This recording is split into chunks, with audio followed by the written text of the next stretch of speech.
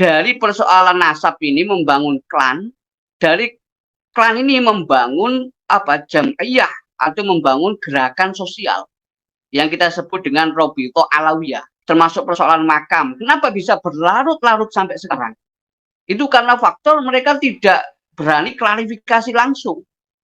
Ya, misalnya makam-makam yang di Bali itu, makam-makam Habib yang di Bali misalnya, Wali 7, ya, itu siapa yang berani klarifikasi? Assalamualaikum warahmatullahi wabarakatuh. Sahabat pecinta channel Cinta Tasbih dimanapun kalian berada, semoga senantiasa selalu dalam keberkahan dan lindungan Allah subhanahu wa ta'ala, amin ya rabbal alamin. Kali ini Kiai Haji Imaduddin Al-Bantani, yang kita kenal sebagai seorang peneliti, penemu nasab kaum Balawi yang real, bukan duriah Rasulullah Muhammad SAW, saat ini sudah terdengar di berbagai macam negara, bahkan sudah internasional. Dan kali ini Kiai Haji Imaduddin Al-Bantani mendapatkan apresiasi dari diplomat senior asal Sudan, mendapatkan pujian tentang tesisnya Kiai Haji Imaduddin Al-Bantani. Nah, dalam video ini kita akan simak dan kita akan dengarkan bersama-sama, yang mana channel daripada Suka TV memberikan wawasan buat kita semuanya, yang mana pembahasan tentang masalah nasab hingga sampai saat ini di tahun 2025 ini masih terus berlangsung. Dikarenakan apa? Karena memang dari kaum Balawi tidak mau memberikan tanggapan yang sangat serius dan duduk bersama dengan Kiai Haji Imaduddin Al-Bantani untuk membicarakan tentang masalah nasab dari kaum Balawi tersebut, hingga akhirnya polemik nasab ini masih terus berlangsung dan masih terus banyak dibicarakan oleh semua orang.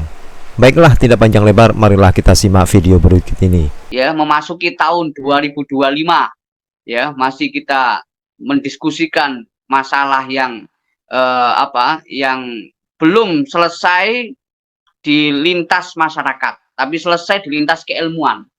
Ya, untuk keilmuan kita sebut sebagai ini sudah selesai, tetapi karena butuhnya sosialisasi, kita anggap kajian ini bagian daripada pendalaman, penajaman, dan juga sosialisasi. Ya, bertolak dari kecurigaan beberapa ulama yang tidak terkatakan, kemudian kecurigaan Kiai Imad yang terkatakan, kemudian terwujudkan dalam narasi, ya, di mana beliau meragukan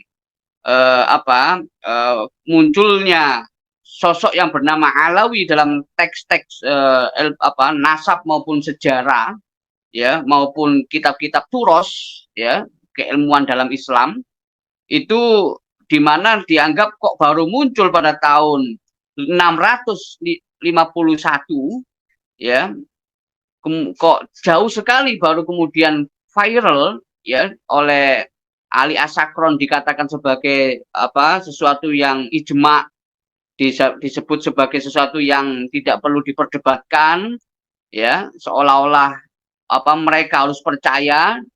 Dan kemudian sampai kepada generasi kita yang kitanya tidak persoalan tahu dan tidak tahu, tapi persoalannya adalah kita husnudzon, tidak tahu sumbernya di mana, tapi generasi kita hanya menjadi menjadi penerima berkas para pendahulu, yang berkas itu belum bisa dikatakan sahih, ya. Nah, ini yang kemudian bukunya Kiai Imad itu, ya, muncul dalam representasi ulama Nusantara. Ya, ini yang menurut saya Kiai Imad berani dan juga representatif untuk mengatakan yang menggugat itu adalah ulama Nusantara, bukan hanya Kiai Imad, ya. Yang sebelumnya yang lain-lain itu melalui ya, dalam tanda kutip, ya, entah itu disebut basiroh, ya, entah itu disebut pendekatan antropologi, bagaimana perilaku orang-orang yang dianggap menyimpang dari para oknum-oknum Ba'alawi itu, kemudian muncul satu paket gagasan ilmiah yang diperkuat oleh para ulama dan juga para akademisi. Ini yang menarik. Sampai-sampai antitesis yang dicoba yang disampaikan oleh para pembantah itu semuanya bisa dijawab oleh Kiai Imad dan juga para para pemikir, para ilmuwan yang sepaham dengan Kiai Imad bahwa narasi masalah antitesa yang disampaikan untuk membantah Kiai Imad ternyata tidak bisa disebut sebagai konsisten atau disebut sebagai koheren, ya. Setelah fokus persoalan garis keturunan Nabi itu tidak bisa dijawab, otomatis persoalan-persoalan yang lain tidak memberikan arti karena inti atau substansinya adalah garis keturunan Nabi. Setelah itu diperkuat dengan adanya variabel-variabel yang lain. Apa itu? Ya, sampai tahun 2025 ini itu mengerucut kepada apa yang bisa disebut dengan 3P, ya. 3 pemalsuan. Ya, pemalsuan nasab, pemalsuan sejarah, dan pemalsuan makam. Ya, pemalsuan makam. Bahkan tidak hanya 3P ya. Ya, dari 3P itu Allah mengungkap sesuatu yang mungkin tidak disangka-sangka oleh warga Nahdien, yaitu masalah akuisisi jam'iyah thariqah, ya, jam'iyah tarekat. Ini adalah sebenarnya kehendak Allah, karena Allah sudah menyebutkan dalam Al-Qur'an itu Allah tidak akan mengingkari janjinya, dan Allah juga memutar sejarah itu untuk membuktikan mana yang historis dan mana yang ahistoris. Ya, watil kal ayyamu nudawiluha bainan nas. Jadi yang ahistoris itu akan terungkap. Ya, karena intuisi, basiroh, nurani para ulama itu tidak mau mengkhianati ilmunya. Jadi sejalan dengan Sejalan dengan keilmuan. Ya, nggak ada namanya wujudan itu walaupun ranahnya berbeda, tetapi akan setia dengan keilmuan. Kalau nggak begitu, maka ya kita mengesahkan orang kejawen itu nggak sholat, nggak puasa. Tapi enggak, syariat harus setia dengan persoalan masalah basiroh, masalah kondisi hati seorang hamba untuk memperbaiki hubungan dengan Tuhannya, dengan Allah Subhanahu wa Ta'ala. Nah, ini yang perlu dikerucutkan. Jadi persoalan ini adalah persoalan antara historis atau tradisionalis dengan versus ahistoris, yang menjadi sulit, ya, untuk dimentahkan dan juga untuk dibantah dengan teori-teori yang bersifat memaksa itu. Kiai Imad itu diakui oleh para, ya, termasuk banyak ulama dan juga termasuk beberapa, ya, kita tahulah para pejabat walaupun tidak menyuarakan hal itu, ya, mengakui bahwa Kiai Imad memang orang tradisionalis dan lahir dari tradisi keilmuan ulama-ulama tradisionalis, yang mana tradisi itu, ya, identik dengan sanad. Tradisi itu identik dengan asal usul, dengan genealogi. Yang ini membentuk sosok Kiai Imad dan juga orang-orang yang yang berhasil mengurai benang kusut persoalan keterputusan nasab ini, dan benar-benar terurai sampai tahun ini, tahun baru 2025 ini telah terurai bahwa memang dari segi sejarah, ya, dipandang secara nasional maupun dari segi geopolitik pada waktu itu, sampai kelompok Arab, dalam hal ini adalah klan dari Ba'alawi itu, ke Indonesia menjadi pekerja atau orang yang disuruh oleh Belanda, itu semua itu terangkai secara koheren bahwa memang dari asalnya itu bukan sesuatu yang bersifat ketidaksengajaan. Itu adalah sesuatu yang memang yang memang diniatkan dari persoalan nasab ini membangun klan, dari klan ini membangun jam'iyah atau membangun gerakan sosial yang kita sebut dengan Robito Alawiyah. Walaupun sayangnya ya yang disayangkan itu yang menjawab langsung persoalan ini bukan dari yang bersangkutan. Ya, ini yang membuat mereka itu semakin terungkap. Ya, kenapa? Karena persoalan nasab, persoalan sejarah yang dipalsukan oleh oknum-oknum mereka, termasuk persoalan makam. Kenapa bisa berlarut-larut sampai sekarang? Itu karena faktor mereka tidak berani klarifikasi langsung. Ya, misalnya makam-makam yang di Bali itu, makam-makam Habib yang di Bali misalnya, Wali 7, ya, itu siapa yang berani klarifikasi? Saya yang bangun begini. Ya, mohon maaf termasuk Habib Lutfi juga. Apakah beliau juga klarifikasi? Kan tidak. Ya, kan hanya menyampaikan alibi-alibi. Nah, ini kalau didiamkan, ya mohon maaf, ini akan menjadi warisan sejarah. Oleh karena itu, ya jangan sampai warisan sejarah itu salah, dan sebagaimana Kiai Imad membuat buku itu adalah supaya generasi umat Islam, terutama dari kalangan tradisionalis, itu bisa memiliki hujah.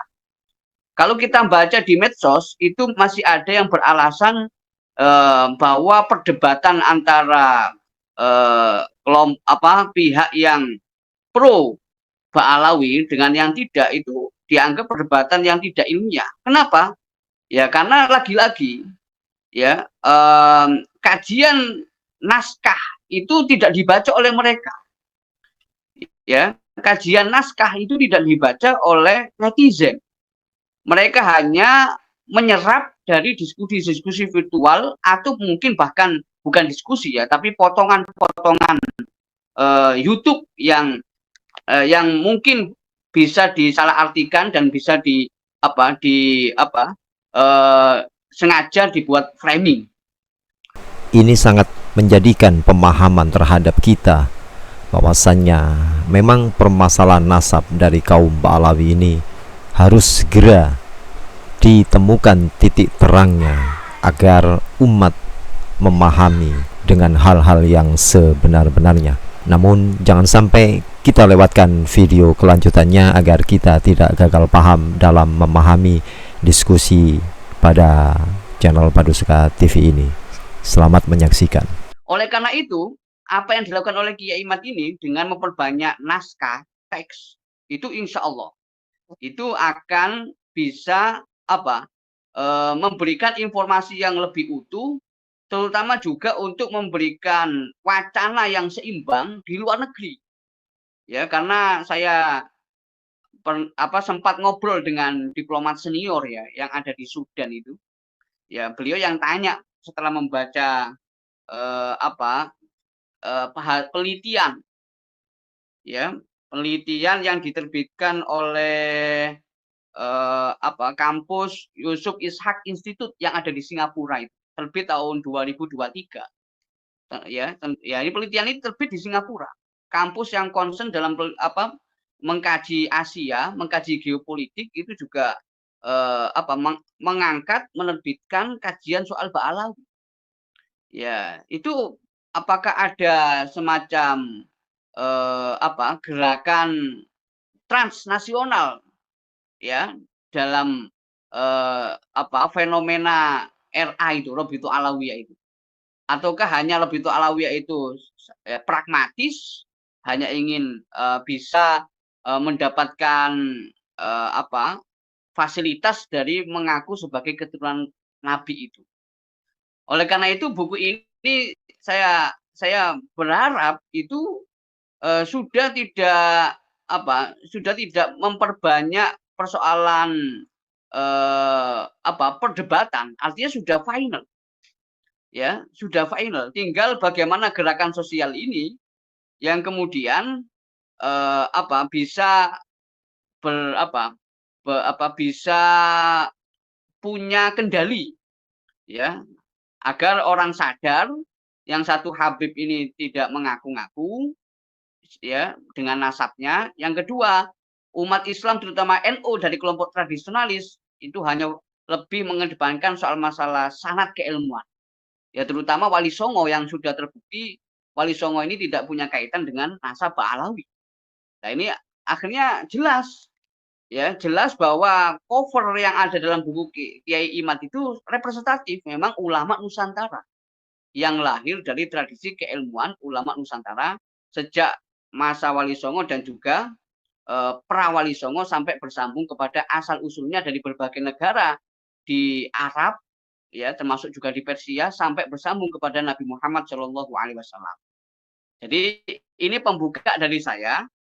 Ya, jadi sebelum saya tutup pembukaan saya ini, saya ingin menggarisbawahi bahwa eksklusivitas dari kalangan Ba'alawi ini menunjukkan mereka bukan pewaris ulama Nusantara.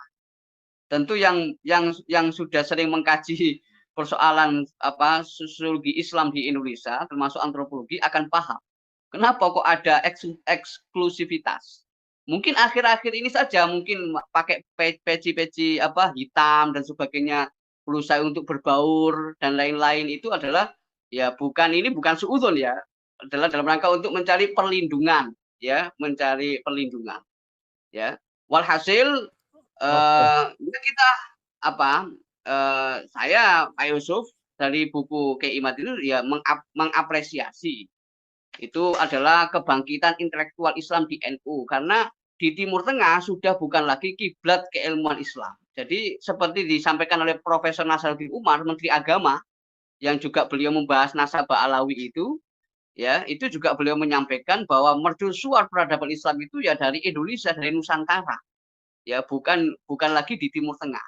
Timur Tengah sudah susah untuk dilihat sebagai negara. Sekarang ini lihat bagaimana Suriah itu, ya, Suriah yang keadaannya sangat complicated, presidennya sampai kabur itu dan seterusnya, ya, tentunya ulama Nusantara ini harus bisa menjaga sejarahnya, kecintaan kepada para pendahulunya yang telah berjasa, ya, baik dalam penyebaran Islam maupun kemerdekaan.